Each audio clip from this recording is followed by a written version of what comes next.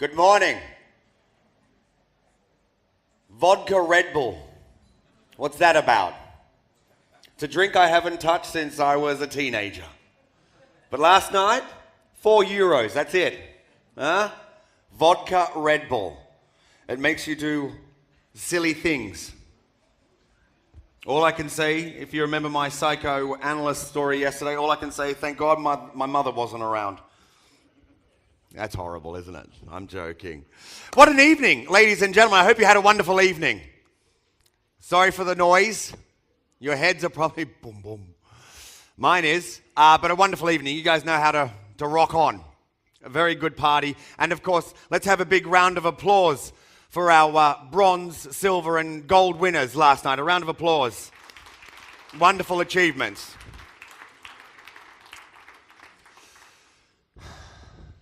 See, you look like a lady that was very sensible last night. You're not hurting at all, are you? No. Suffer, Aaron, suffer. So yeah, again, a wonderful evening. And I certainly hope, as I know the organizers certainly hope, that you had a great day yesterday. We had some great keynote speakers, some cracking panel sessions, some very inspirational messages. And needless to say, it certainly highlighted the challenges facing, well, your side of the industry. And we hope, of course, certainly the organizers hope, that you will leave Vienna either today or tomorrow armed with the tools and, of course, the right messages to take your businesses to the next level, again, in what is really a very challenging environment at the moment. And, of course, day 2, ladies and gentlemen, right now, right here, is aimed at the very same thing, to build on best practices.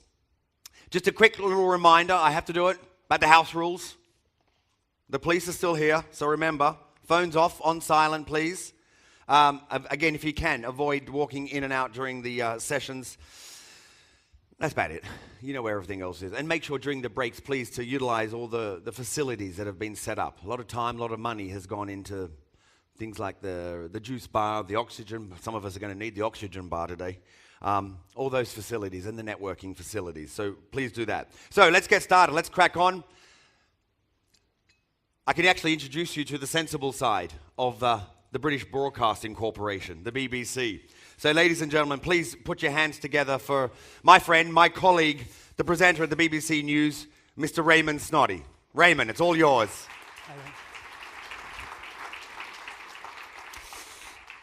As a young journalist, you're taught never to use the word unique about anything or anybody, save in the strict genetic sense, and we're not talking about scientists here. And of course, almost unique is even worse. Is it tautology or some strange word or oxymoron? One of those big words, but you must never use that either. I'm in a unique position today to say that the man on the stage is unique. There has never been such a person before, and there will never be one again who can replicate the depth and breadth of his experience. How many people in the entertainment business are graduates of West Point? How many people in the entertainment business fought as a young lieutenant in Vietnam?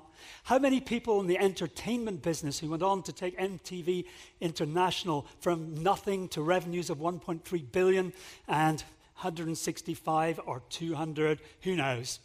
Who knows how many countries, the known world, but was in charge of NATO nuclear missile batteries in the north of Italy. I can safely say there has never been such a person as Bill Roedy. Before we get on to the serious matter of cable, its economics and its future, let's get all the name dropping and the fun and games out of the way. This man has met everyone in the world that's worth meeting. But first I want, just for 1 second, back to your days in West Point. You joined the Century Club, those young cadets who earned more than 100 hours of punishment. What did you do to join that illustrious body? Well, by the way, Ray, thank you for that unique introduction. We have 3 words in MTV for moments like this. I'm not worthy.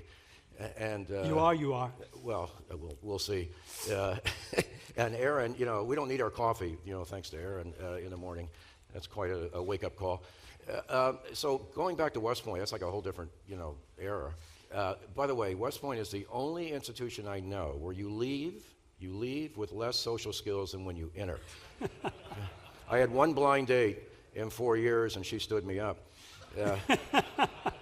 So at the Century Club, I did well.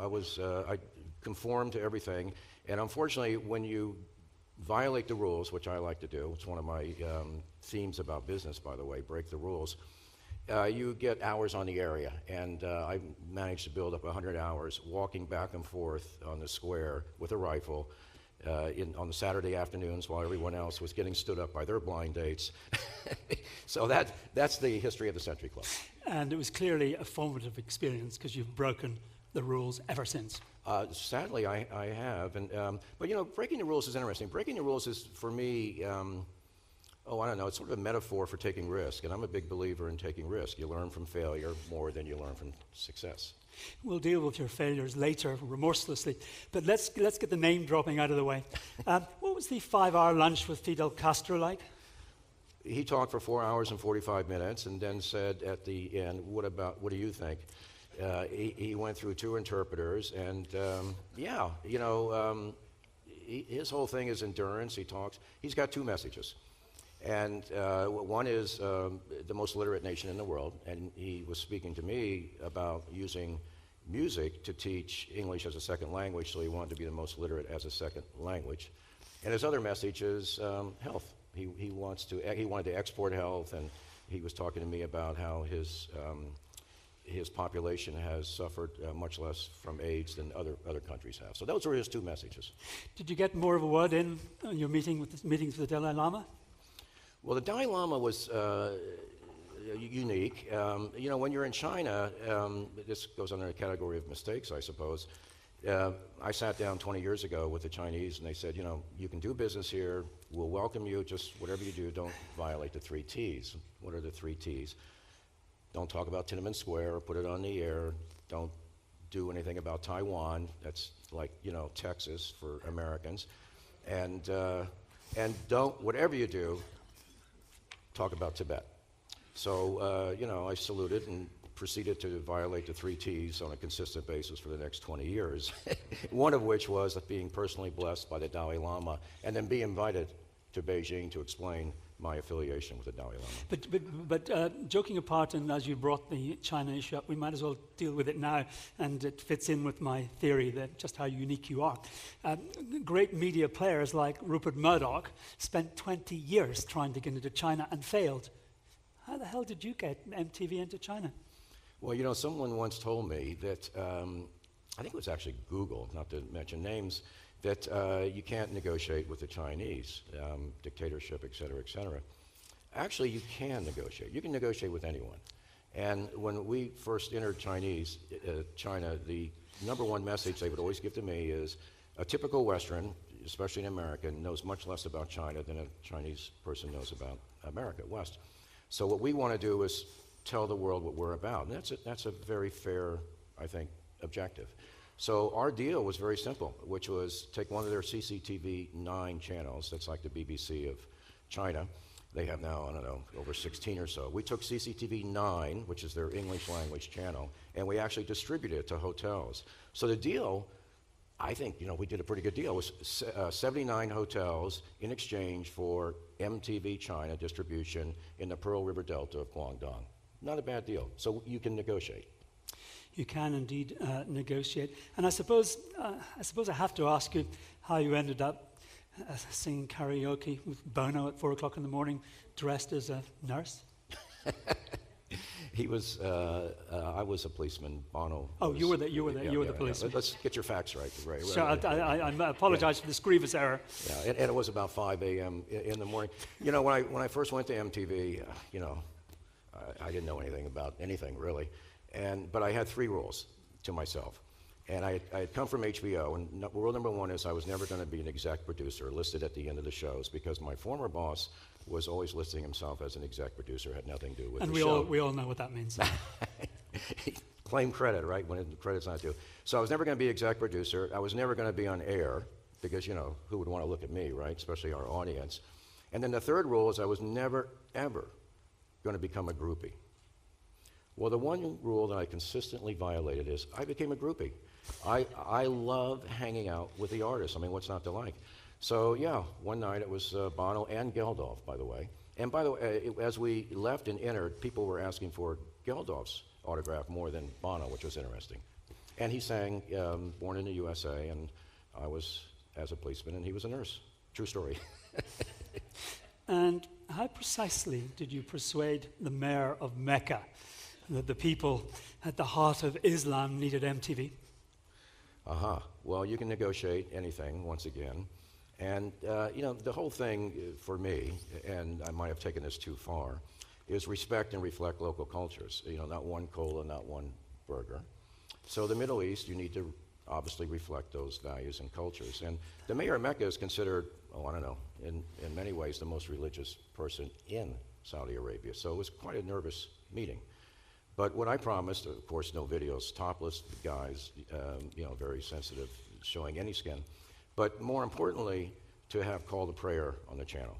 So we put call to prayer 5 times a day on MTV Arabia. We also did a special in Ramadan to show how young people observe that in a trendier, cooler way. And no music during Ramadan. No music. No Western music. Yeah, no Western music. Very good. And so it's all just about respecting and reflecting local cultures.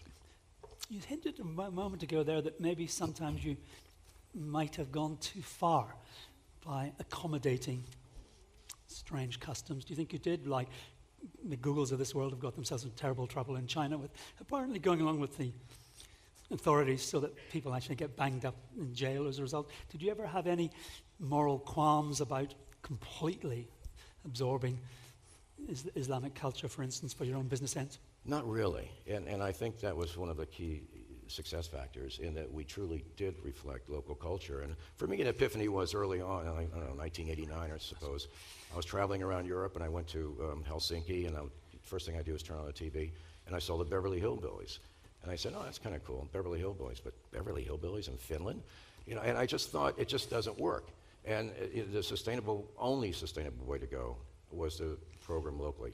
I stole a line from Ted Turner, which was, he used to say, we were cable before cable was cool. I stole the line. I said, we were local before local was cool, because now everyone pretty much realizes you got to go local. Now, the problem with going local, at least for us in the early days, was it shrunk the margins, because there was a lot more investment, not only in offices and people, but programming. So it was quite controversial. And even now, since I've left, the needle's moved a little bit further to a more centralized, so you can take structure and more centralized programming, so you can take better advantage of the synergy that offers. But you have to toe the line, and MTV, by definition, young people like to rebel, and youth is irreverent. So naturally, if you're going to program to them, you're going to have an irreverent channel. So we did push the envelope, even in the Middle East, and my whole philosophy on that, and this comes under a category of another mistake, I suppose, is to give... You're doing well. This is the second mistake so far, and we're in less than 10 minutes into the conversation. We can fill the hour with mistakes easily.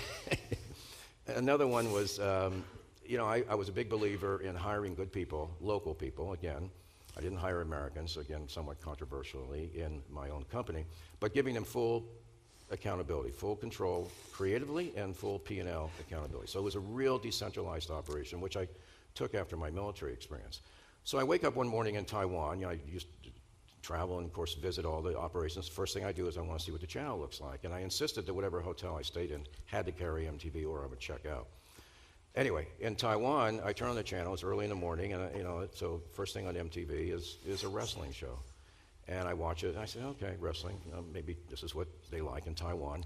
And I watch it a little longer, and it turns out that it's a nude male wrestling show. And the thought occurred to me that I had probably taken the decentralized, localized strategy a little bit too far. So does this mean that male nude wrestling in Taiwan came to an abrupt end? It did. It took me about an hour to get that off the air. Before we move on to the more obviously relevant and serious matters of the economics and future of cable, let's drop one further large name. Your good friend Bill Clinton. How do you get on with Bill? And tell us a few Bill Clinton stories, if you please. Well, Clinton, everybody here is Bill Clinton's best friend, and that's his incredible ability to make you feel like he's your best friend. The first time I met him, he presented something to me, and he was my best friend. He didn't have a clue who I was.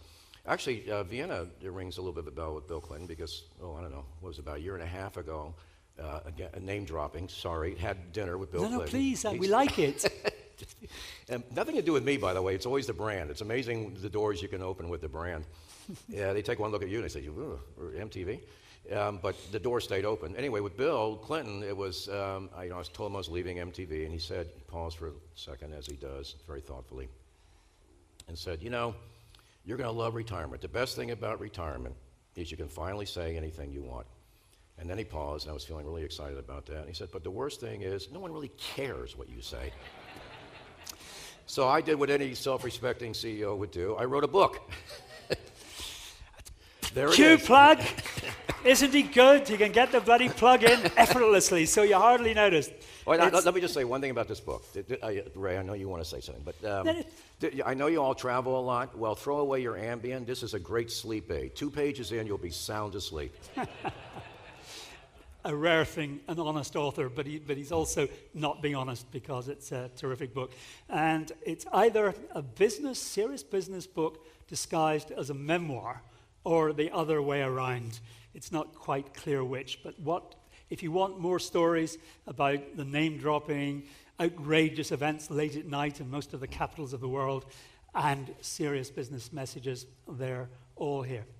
Now, having successfully plugged the book, let's bring you out of retirement, because I'm sure you don't like to be ignored, and give you a new job.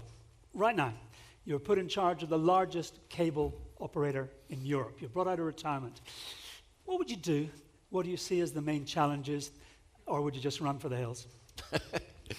Well, first thing I would do is turn it over to this bright group of people because I think Your decentralized decision-making, well, in other words. yeah. Hire good people. There's a lot of complexity in this business, certainly a lot more than when I started out. And I started at HBO before MTV, so it's been, over 30 years. And it's going to take a lot of thought and sophisticated thinking, creative and strategic.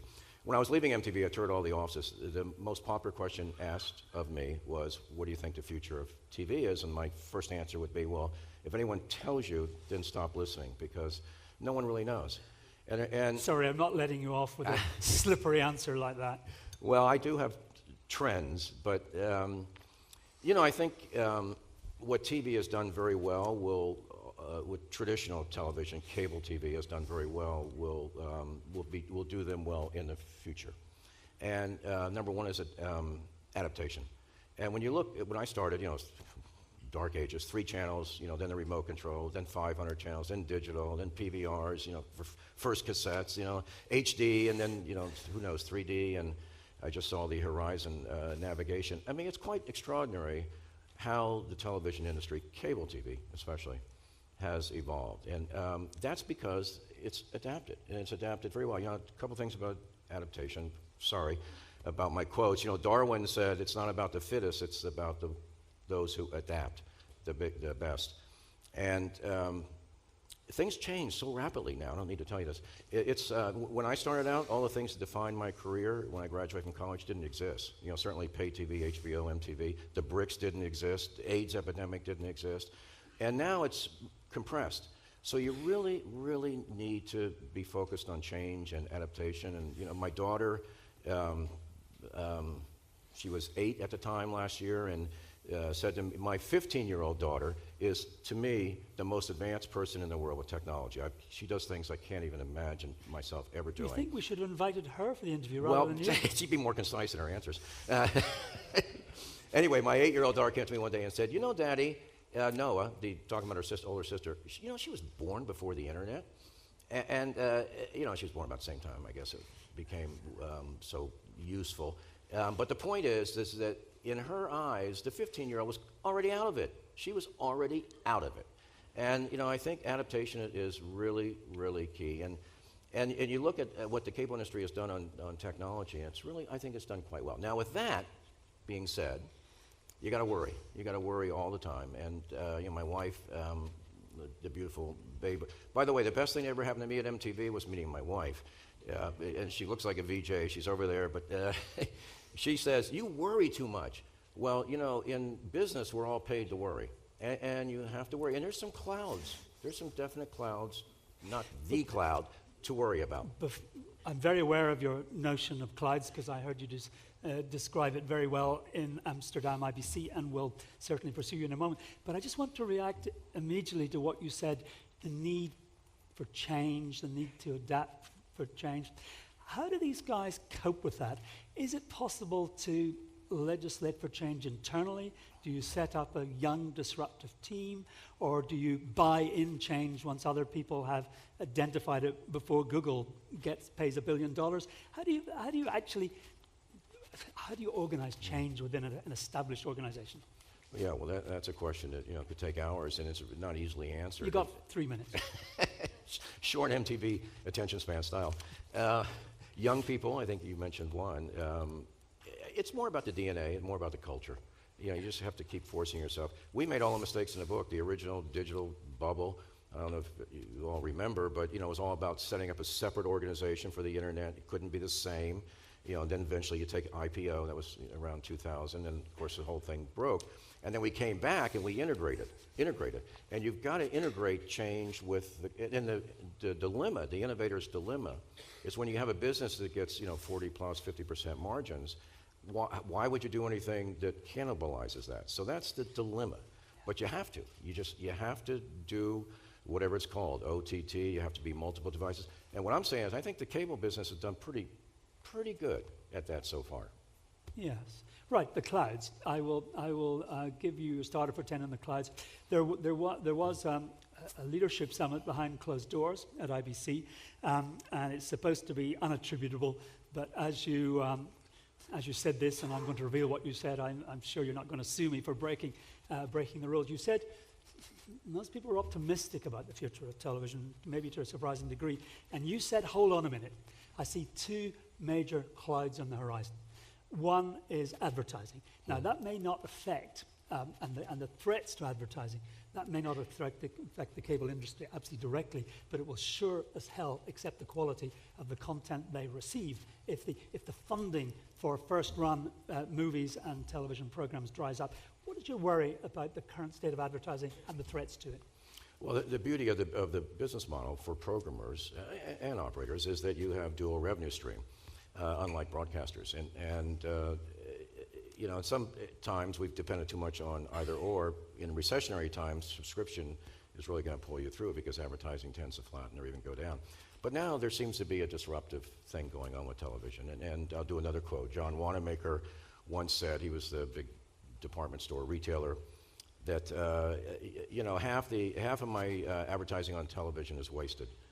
It's just that I don't know what half. We've gotten. But he might have been wrong in that the 50% that's wasted might be too low a percentage. Well, that's true. That's true. And you could argue that the industry has gotten away with an awful lot. Me, part of this, selling 30-second spots, and. There is a flip side. The flip side is, we thought it was all going to end with a remote control, and it hasn't. Advertisers become more creative over the years. But there was something I just read in the FT last week that really got my attention. It was, I can't repeat it exactly, but it was a survey research that showed that, I don't know, not to get too in the numbers here, but 3/4 of what advertisers are spending on misses a majority of its target. So forget all the statistics. Basically, advertising on television, according to this study, and it really is not a terrible surprise, was not hitting what the target audience was supposed to be. They weren't watching it, whatever the reason, and therefore it's money not well spent.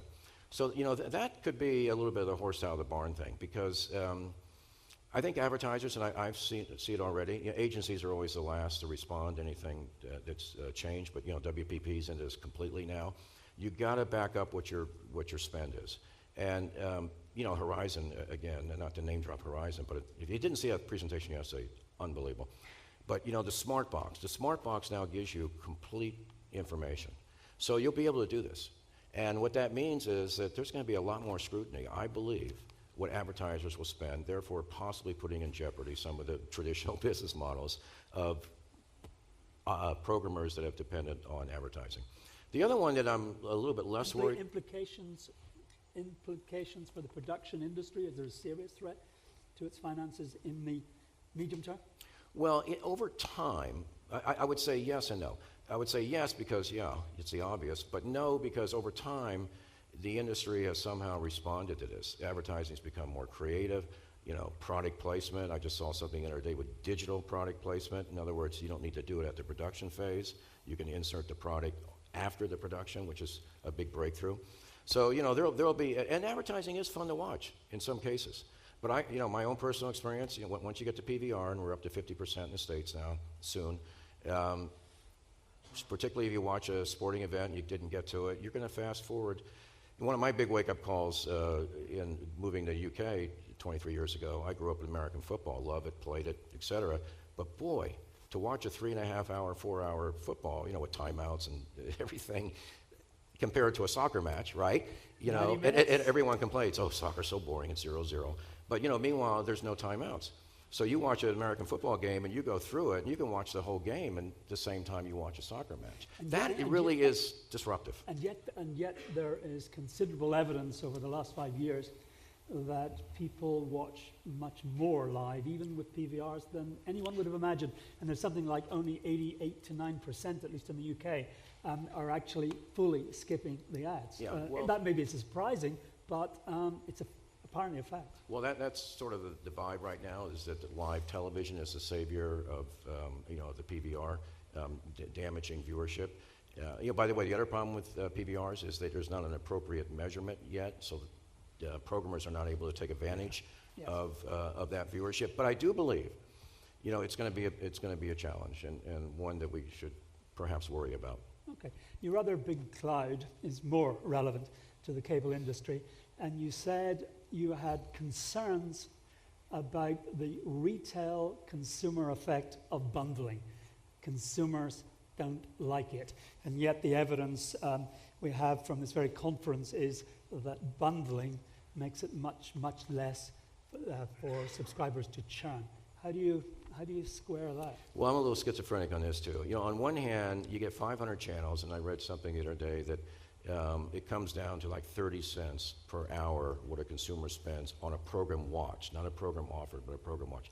It's pretty darn good value. On the other hand, any of us who went through the 90s and the record business, unbelievable. It's completely destroyed on one hand, certainly what it was. And some of it was piracy, but a lot of it was, you had to buy the album to get the single. The internet, same thing with newspapers, magazines. You go straight to the article now. You don't look up what's happened to magazines and newspapers. The whole incredible role of disruption, and this is what I was saying at the outset, that it's really an exciting time to be in this industry, and it needs a lot of smarts. As in the Chinese sense, interesting.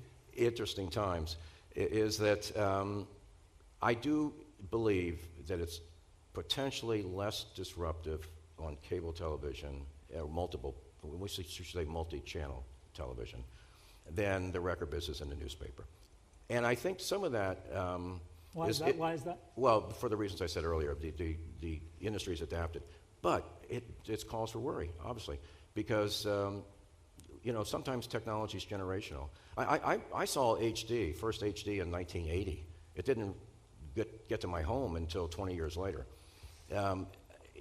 We could be introducing a generation to a la carte programming that's never going to go back. Now, that's a very controversial thing to say, and you can argue both ways, but it is something to worry about. Bundling inherently is, I think, a negative consumer proposition. I think it's worked to the advantage of the industry, and I do think still the industry delivers incredible value, but it's just something to worry about.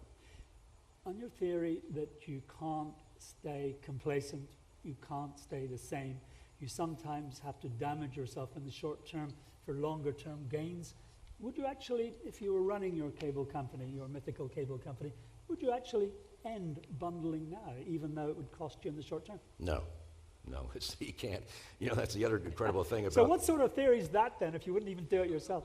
Well, you do both. You do both. I mean, it sounds maybe paradoxical, but you can do both. And I'm going to say it for the third time, Horizon. Sorry. You get your viewer choice. You can get your apps. Multiple platforms. You get it all. And so here's the other killer. With the industry, it's in the States about a $165 billion revenue business. With a market value of literally hundreds of billions of dollars. There's going to be a lot of people who are going to do everything they can to protect that. TV everywhere, another step. Programmers going to OTT or introducing windows and tiering and all sorts of ways. A lot of people are going to be devoting a lot of their incredibly smart energy to protecting that business model, which tells me it's probably going to take a little longer to be truly disruptive. Time we introduced the N-word, Netflix. How serious a threat is that to established cable and satellite operators, those dependent on high-end subscription? Well, I think Netflix is really an intriguing situation because obviously, they came out of nowhere. Our company owned Blockbuster, so they basically put Blockbuster out of business, which was incredible. And they've got whatever they got, however you count it, 23 million or 28 million, depending on what numbers you believe, subscribers. Now, that's pretty impressive. But I think so far, I mean, I'm a Netflix subscriber. So far, because I want everything, but I think the compelling advantage of Netflix now is it gives you this amazing inventory, this library for a very inexpensive price. And a little bit of history here, Netflix kind of got off the ground, I don't want to give it too much credit, with a $25 million deal with Starz for 3 years. It was probably, a deal done by one of the smartest people in the world, one of the dumbest deals ever done, if that's possible. And I have no idea who did the deal, so forgive me. But fast forward, and when I was with Viacom, we did a deal with Netflix that was $1 billion. $1 billion. So it went from 25 million to $1 billion pretty quickly. Now they're doing a series, 100 million, 20 eps, Fincher, named director, but $5 million an episode. So if I was doing Netflix, and I don't pretend to be an expert on their business, I would kind of look for that less expensive alternative inventory model instead of trying to compete with huge programming budgets. And I think the other problem in Europe is the price differential is much lower. So there's going to be challenges, but hey, I've seen many ideas, as long as they're executed well, become successful. So Netflix, in the end, I think will just be part of the pie, the overall pie. There are certainly some who question on Wall Street whether there's really a sustainable business model in there. Because they're moving away from hard copy DVDs because they see that as the past. They're moving to streaming, but you can argue that anybody, including the Hollywood studios, can do streaming.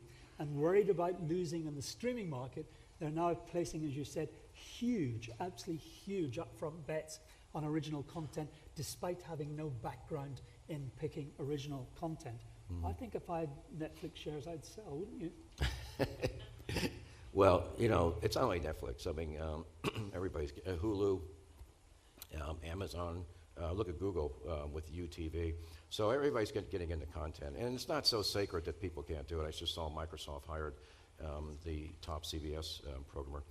So everybody's going to want to produce content, but it's not that easy, and you got to have hits. And another beauty, by the way, about the current business model for cable is that with the upfront capital, you can produce quality programming. Look at the programming. Television, in my lifetime, has never produced better programming than it is right now. Part of that's because you have the upfront capital to invest.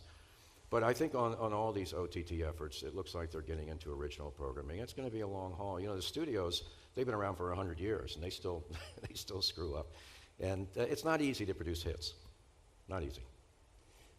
So I think your argument would be that the more they get sucked in to the orthodox media models, the more their cost of doing business will rise, and that will have an equalizing effect, and they will no longer be disruptive of the industry. Yeah, well, I would never go that far, because you've got a la carte programming, tremendous strength. You've got a generation that grows up on the internet, tremendous strength. And I think, again, the USP for Netflix is you come under with a cheap alternative with inventory. So you can always carve out a niche. Does that niche mean fewer subscribers, Netflix and all its copiers. Does that mean lower number of subscribers for cable, both in the US and Europe? In the second quarter of the United States, from memory, cable subscription went down by about 340,000. Sort of drop in the ocean, but a similar thing is happening here in Europe. Is there a danger that cable will have to survive with a smaller number of subscribers? There's always a danger, and you always worry, but I don't see it. I don't see that one happening. I see, cable is just, am I still on? Sorry, can you still hear me? Okay. Yeah. Can you hear me in the back? Can everyone hear us? Because these... Okay. Yeah, Okay, sorry. we're not used with these strange Middle European contraptions around our head. I just lost my train of thought. What was I saying? It's unlikely to happen. Yeah, because cable just, there's too much as an advantage, and also, again, it can work together. Sorry, lost my train of thought. No. You're saying that cable will prevail. You're completely certain of that? With worry, always they never get complacent, always look over your shoulder, continue to adapt, continue to change. I would put my bets on cable. And certainly for the moment, the evidence would seem to show that although there's a modest decline in numbers, the industry is making more by selling more products to the subscribers that it has. Yeah, it's amazing. Just on that number, they call it cord cutting. They do indeed. In the States, think about it. This business, it's unbelievable. It's of the 300 million people in the U.S., 250 million are subscribing to some sort of cable or direct satellite multiple pay. That's unbelievable. And not only that, they're paying an ARPU, I don't know, the low end, $80, some way much higher than that. So it's generating a tremendous amount of cash. This has been an amazingly successful business. The other thing about the delivery, we all know broadband is edging up there to be a greater pie of the revenue for the operator. So in a way, you could say, hey, I'm as an operator, I'm agnostic. Who cares? But because of the history, if you will, or the equity of television viewing, I really believe the primary means of television viewing will still be through in a TV set, through cable, or direct to satellite. And yet, in a speech you gave in Australia earlier this year, you gave an example that if I didn't think anybody listened to you in Australia. Sorry, that was far away. I hope I don't have any Australians here. The world is a very small place these days. In this speech, you argued, at least in a provocative way, that if a high-end cable subscriber cut the cord, and took on a service like Netflix, took on their broadband from another operator like a telco, they could probably save half the money. Not for the same service, but they could save half the money. Isn't that potentially disruptive? Yeah, if you want to take the extreme argument, if it's all cost-driven, that's a question. But if it is all cost-driven, and in recessionary times, maybe it is. We used to say at HBO, it's counter-recessionary because you stay at home and you save on all the cost of going out. But if it is cost-driven, if you're really looking for that cheapest alternative, you get Netflix, you get a cheap broadband, and cheap phone, and you can be a lot cheaper. But it's not going to be what you get from the triple play or whatever from the cable operator. To the extent that cable is hurting, and actually it's not hurting very badly, according to recent analysts' reports, putting out, particularly in Europe, positive vibes on the cable industry. Debt is being paid down, margins are rising. But to the extent to which it is hurting, is it more to do with recession, you think, than the cord cutters? Well, when you say it's hurting, how as in moving from absolute high subscriber numbers. Well, in the States, you can argue there is a point of saturation. Here, I don't know. It's not at the States' level of penetration, but and so I still think there's room to grow. Let's watch what happens with UPC, with Horizon. I think it'll be interesting. The other big advantage, by the way, I didn't even mention, broadband speeds. If you go to I don't know, forgive me, I may be off on this, but I think it's twice as fast with the cable operators with the telco. The telco does provide an alternative. It's not going to be a price differential. And that's the other thing. That was my train of thought that I lost. As the OTT services go into original programming, if in fact that's what they're going to continue to do, their cost structure is going to go up. So what you're going to see is the cost structures will converge and the prices will converge. And it'll just, once again, they'll lose that advantage and it'll be just part of the pie. If I sound overly optimistic, my apologies to everyone, because I do believe that these are very challenging times, and you got to keep your eye on everything. You got to worry about everything. But again, if I had to invest, it would be the cable operator. And yet the telcos are to some extent being pushed into a corner where they're being forced to act. They're losing their fixed line business in droves. Right. Their very existence could over the longer term be threatened. And you can see the reactions in Germany, in the UK. BT, for God's sake. Again, I think we can reveal to this audience that behind closed doors, the fact that came out that Sky B was actually defeated in every single round of the Premier League rights in the first round. They didn't know who was doing it.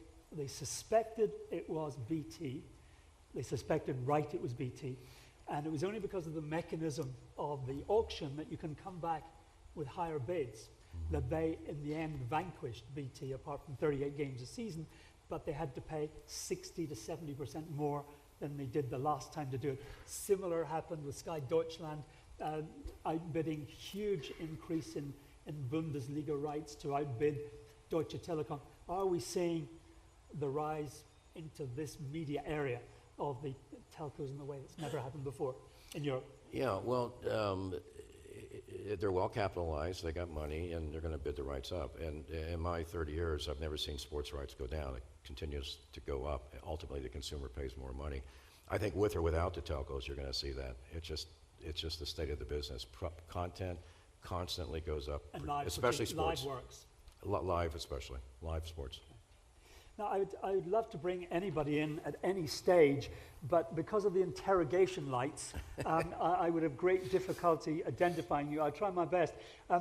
Any reasonable comments, no speeches, any questions at any time, and I will try and find you. I can ask questions of Bill Roedy for the next 2 hours. There's no shortage of questions, and as you can see, absolutely no shortage of answers. But I would like to bring anybody in. Is there anybody at this moment? And I'll keep coming back. I know you had a rough night last night, but that's really no excuse for not waking. Yes, go, sir. Say, could we have a microphone and say who you are so we know your prejudices? It's coming. It's coming. I give everyone great credit for showing up because, you know, Vienna is a real party town. I mean, at least it was 300 years ago. Hello, I'm Mark Bradford from Content & Co. I was just very interested in what it was like working for Sumner Redstone, and you read he's a bit of a maniac. You know, was he really difficult to work for? Takes one maniac to know another.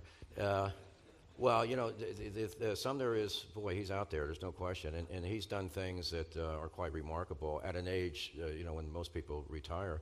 I think he acquired Viacom when he was like, you know, in 60 or so, in his 60s. I've traveled more with Sumner than I think anybody has, so I did get to know him quite well. I can tell you one of many stories. Yes, please, all of them. Well, this is fairly harmless, but not really. He loved to travel. He loved China. He loved the idea of the opportunity of growing in the world's largest population, even with the regulatory constraints.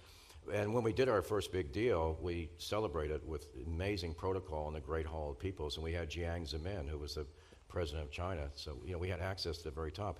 So we're sitting at this table celebrating this launch of MTV China, 24 hours, first time a Western brand has done that. And it was quite ceremonial. And Sumner, you know, was really into it, and he's great. But as I'm toasting the success of our deal, I hear him lean over in a voice that the entire table could hear, saying to the president of China that, you know something, I get much better Chinese food in New York. Yeah, right. Yeah. A natural diplomat then. That required a follow-up meeting, unfortunately. Come on, one more Sumner Redstone story before we move on. Oh, God. Well, you know, he was never satisfied. We did our first $1 million deal with P&G in Guangdong, and he went completely ballistic, and I couldn't figure out why he was going ballistic. He says, well, you know, it's only $1 million. And we said, you know, this is P&G, this is Guangdong, Pearl River Delta. And he said, no, you know, he was never satisfied, and he liked to have his little tussles with Murdoch, and you know, he claimed that you know, he would be willing to do anything, Sumner would, to make sure that that Viacom succeeded in China, and he said the same thing about Rupert Murdoch. Years ago, ago, You can fill in the blanks. many years ago, I asked Kevin Maxwell what the attitude of his father, Robert Maxwell, was to death. And Kevin's answer was, he's agin it. Is Sumner Redstone another of these media moguls who's agin death and doesn't believe that it's ever going to affect them? No, he's insatiable. We introduced him over dinner once to I don't know what's it called, the Monterey drink, it was basically a acai berry, and we just happened to mention it, and so then we both went our separate ways, and we're traveling in some faraway place, and somehow he tracks me down 24 hours later and says, I need that, I want to get it now. So we actually had to arrange for his delivery of Monterey within 24 hours of when he mentioned it. It reminds me a little bit of the Yogi Berra quote when his wife says, so where do you want to be buried? And he says, surprise me. You got to think about that. Renaissance man, from Yogi Berra to the Kremlin. That's it. That's it. Okay. Anyone else coming to the stage? Yes, There's a question here. Can we get a microphone? Lovely. Thank you very much.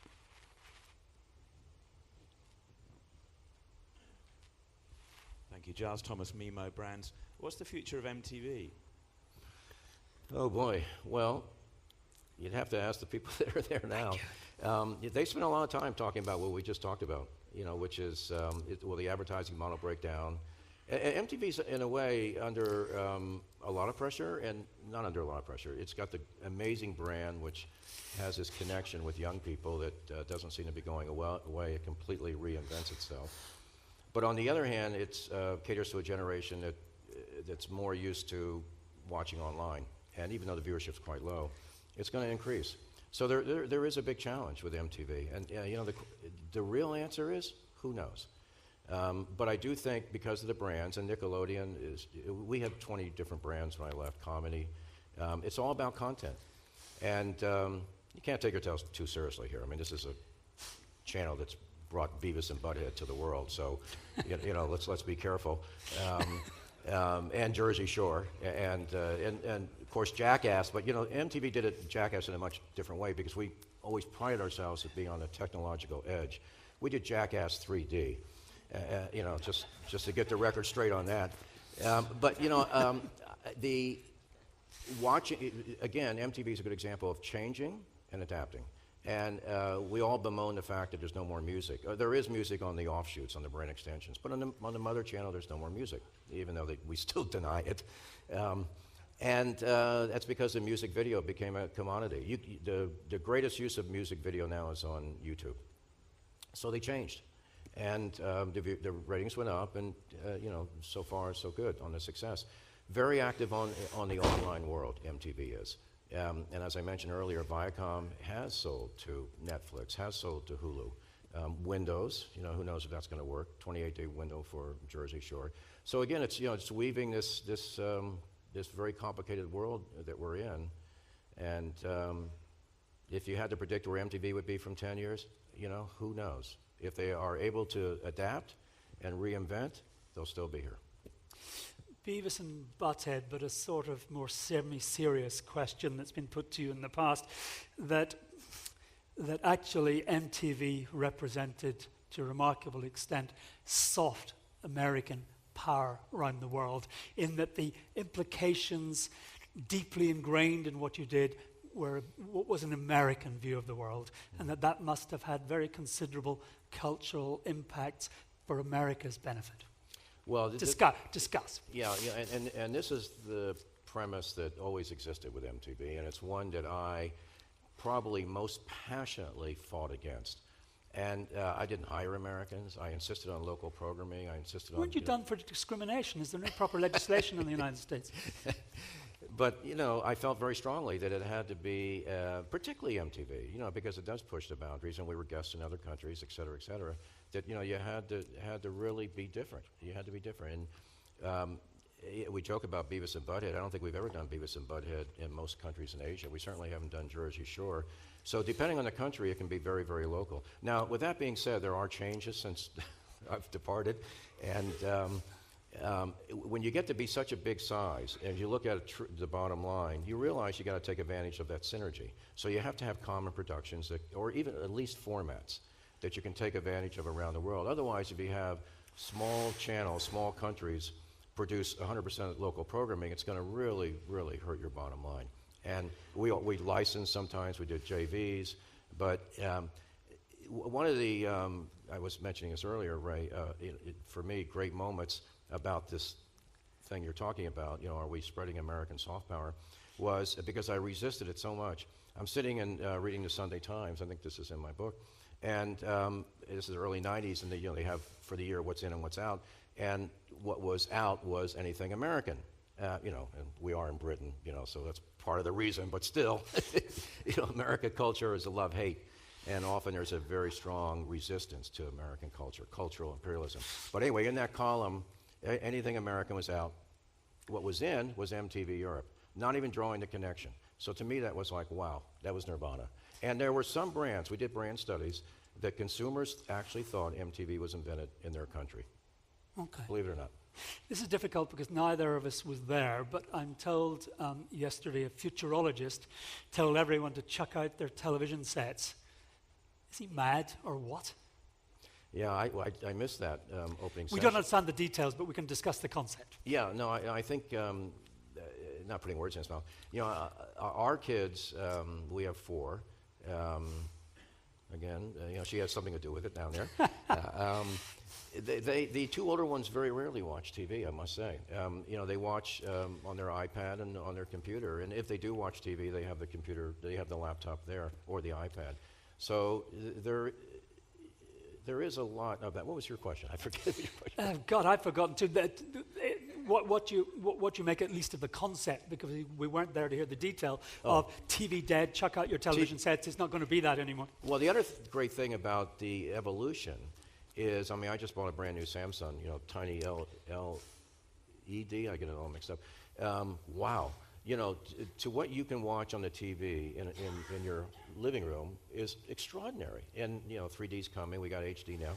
So I wouldn't see that coming. But I must say, when the kids do come in, they do have their laptops. So I get the point that there's going to be multiple mobile. And look what's happened to the smartphone. I used to say, hey, with television, we bring the world to your living room. With the phone, now you can say, we bring the world to your pocket.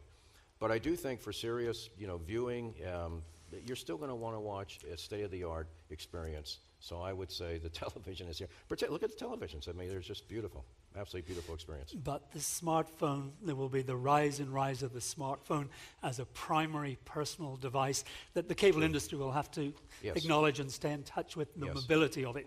Yes, that is true. That is true. Do you want to ask about the military connection? Yes, I think I do. Couldn't say no. No, because time is running out. No, okay. I was about to ask you a slightly different military question, but I know the question you want to be asked. I will ask you the question you want to be asked next. But I just suddenly thought, you're so smart. Do you think if you'd been smart enough to stay in the army, you'd be a general by now? Definitely not. Too much of a rebel and not smart enough. Boy, those generals, they are smart. But when people used to ask me when I moved to Europe for MTV, they'd say, well, what did you learn from the military, particularly West Point? And my first answer was absolutely nothing. There's nothing in common that I could think of. But then it took me about 20 years of experiences when I sat down to write the book that I actually learned quite a bit. And number one was how to design the organization. I did it just like a military operation. Decentralized, fighting units, communication lines. But you guys didn't do all that well in Vietnam. Are you sure this is the right model to follow? Well, I like to tell the kids, won one, lost one. Cold War, Won by MTV, of course. Yes, that's a whole other story, by the way. The Berlin Wall. Of course, MTV brought down the wall. But I think it's a good, interesting organizational lesson that I learned. Small fighting units, make decisions at the local level, know the enemy, in this case the competition, know the local population, in this case the audience. And I'm a big believer that big defends and small attacks. And that was sort of like the reasoning. And then on the leadership side, it goes counterintuitive in the business world. But first, there was always a crisis at MTV. somewhere in the world. First on the battlefield, last to leave. You want to be there with your lieutenant. And this goes completely counter often, and that is slow to take credit and quick to take blame. Okay. And then, the final thing is morale, build morale, and, I always insisted on a clean bathroom, clean latrine, and hot food, coffee or whatever, military principles. But as long as you do that, and you have a very high morale, when you ask to charge the hill, the chances are of success much better if they really want to charge the hill. So I'm a big believer in morale, and the cable industry has done great on that too. Why did you buy Winston Churchill's old flat in London? Well, and do you march up and down smoking a large cigar?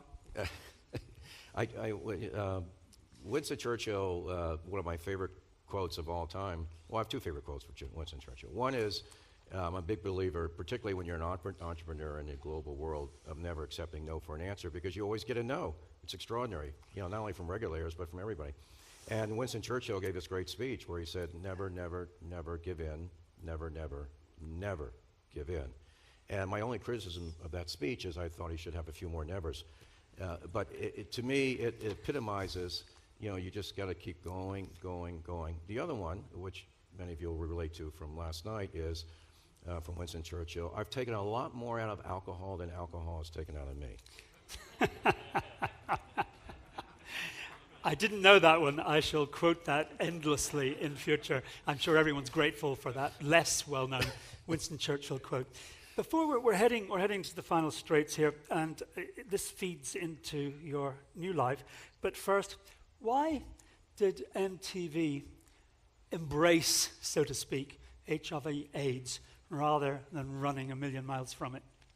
I have a whole chapter on this in the book, and it was risky. God, he's good at the plugs, isn't he? Doing good is good for business. That's the quote which I was moving on to. The bottom line is that for the bottom line, doing good in the world is good for business. William Roedy. Well, big believer in that, and particularly in our business, because we push the envelope so much, and we were in all these countries around the world. You want to be able to relate to what is needed to be done, the many challenges, and you want to relate to your constituencies. And I always thought of it as circles. You think of your customers. So, for example, if you're Coca-Cola in Africa and you're confronting the AIDS epidemic, unless you do that, you may not have customers. Think of your employees, because your employees want to have a reason to come into work, and they want to feel good about what they're doing, and we're successful with our profit margins, et cetera, et cetera. Let's give back. And then I used to tell businesses, if you don't believe either one of those two, and some don't, do it for your brand. Because if you do something good, it's going to be good for your brand. And I truly believe that MTV had a role to play, because certainly with HIV, because our audience, 25 below, was the most heavily impacted by the AIDS epidemic, most highly infected group of HIV. So, because we were in the hardest hit areas and because we had a vertical connection with our audience, it was almost like we didn't have a choice. We had to do this. And then we extended it to other issues. Climate change was a big one, human trafficking, disaster relief at the local level. Vaccination of children who would not otherwise die? Well, this is one that I've done recently. I've joined Gavi, which is an amazing under-the-radar screen operation started by Bill and Melinda Gates that gives vaccinations to below age 5. And, the numbers, you glaze over, like you do for the AIDS epidemic. But 2 million children below age 5 die from either pneumonia or rotavirus. We all get rotavirus, but if you don't have access to clean water, which many people don't in the developed world, you die in 48 hours. There's a vaccination that prevents it, a vaccination that prevents rotavirus. And pneumococcal, a strain of pneumonia that kills another, 1.7 million children a year, there is a vaccination that prevents it. So Gavi pools all the resources and gets scale, so brings the cost of the vaccination down to about $2.50. And it would be good for these guys' business to play a small part as part of their professional life in such campaigns. Well, the overall issue, I know you want to bring it to closer, I have to. Is that pick any issue. It doesn't matter what the issue is, pick any issue. And the best news, businesses really have done this. There's been a sea change in the business response. But the aggregate response from business, I believe, can play a greater role than any other constituency in fighting disease or helping a particular challenge in the world. almost the end. Tell us your best story, stroke, news, name drop that you haven't given us so far. Oh, God. Oh, okay, well, who have we not done? Bono, Beyonce, Geldof, Katy Perry. Oh, Russell Brand. Okay, so... Okay, it's not exactly very high-minded, but go ahead. Well, I greeted him on the red carpet 2 years ago in Madrid for our EMAs, and he looked at me. Usually they smile, and we take a photograph, and he said, "You fired me." And I thought, oh my God, we did fire Russell Brand. And the reason we did, he was a VJ. Was that or was it not a mistake? Well, probably when you look at it now, it's a mistake. But I told him, hey, it wasn't a mistake. So why do we fire him? Well, Russell Brand didn't always have the best judgment, as talented as he is. He came in after 9/11 to the studio when he was a VJ, dressed as Osama bin Laden, with his drug dealer. And you mean you can get fired for things like that at MTV? Well, believe it or not, we have no dress code except no frontal nudity. Is not allowed. But yeah, occasionally we do clamp down severely. And very, very finally, terminally, and I hope this event is postponed for a very long time. What should appear on your tombstone, Mr. William Roedy? What should appear on my... I'm happy to be part of this industry. Well, come on. My greatest take from the industry is, the industry was great for me. I mean, look at this. You got your meeting in Vienna. I was in Amsterdam a few weeks ago with IPC. This is an amazing, amazing industry. And, savor the moment. Try and work together, a little bit. I know it's all competitive with each other, but, we're all for the greater good here and lifting the spirit ultimately. And if you can do what I did, I used to have something I would say at MTV at the parties. More than 2 dances with the same person is a relationship. And people didn't know what I meant by that. And what I really did mean by that, I explained it later, is that, get to know each other. Don't dance with the same person. Well, I danced more than twice with one person, and she's my wife. So the greatest achievement I got from my experience in cable TV was getting a family and a wife, and it's been a great story. But you've already forgotten the so-called epitaph that you told me at breakfast you were going to put on your tombstone. So I have to remind you what it was. You want the word local to be on your tombstone. Okay. Local. Bill Roedy, thank you very much indeed. Thank you.